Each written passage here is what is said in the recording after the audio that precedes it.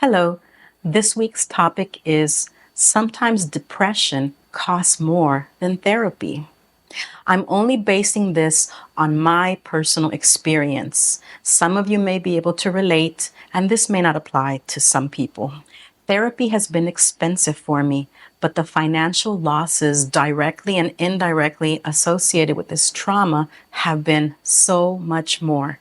I'm going to give you some examples, but I'm not going to state the dollar amounts.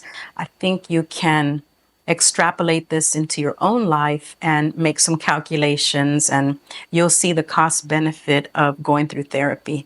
In my personal opinion, I believe therapy is a good investment. And as I mentioned in a prior video, you are your best investment. Let's start with number one. Because of my trauma, I didn't go to university immediately after high school. I graduated college and started working professionally at the age of 28. I should have graduated at 22. So I missed 6 years of income in a very professional job. That's a huge loss.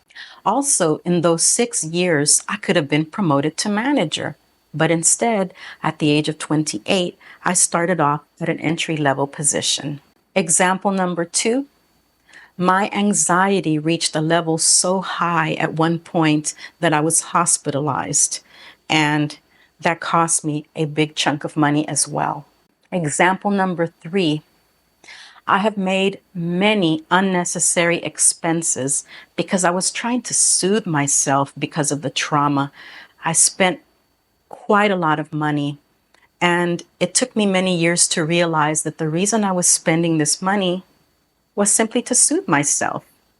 If I had done my healing a lot sooner, then I wouldn't have had to make these unnecessary expenses.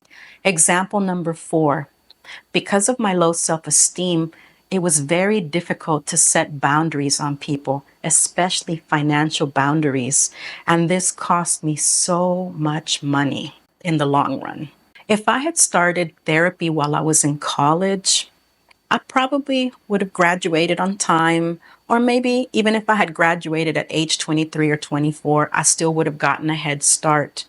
I know that some universities offer health insurance, and some of those insurance plans include therapy. So I didn't know about this when I was at the university, but that would have definitely helped me to make progress a lot sooner. I'm also mentioning this because I would like for you to consider the idea that if you start therapy sooner rather than later, you might be able to avoid a financial catastrophe.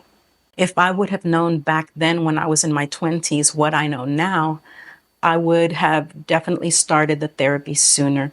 And I would like to help as many of you as possible to avoid making this mistake. You can see an article on my blog on May 16 of 2024 called When You Can't Afford Therapy. And if you haven't seen this article already, I encourage you to see it so that you could see that there are options when you think that therapy is unaffordable. Thank you for tuning in this week. Hi, my name is Rosalinda Martinez. I'm a retreat leader at Empowerment Light.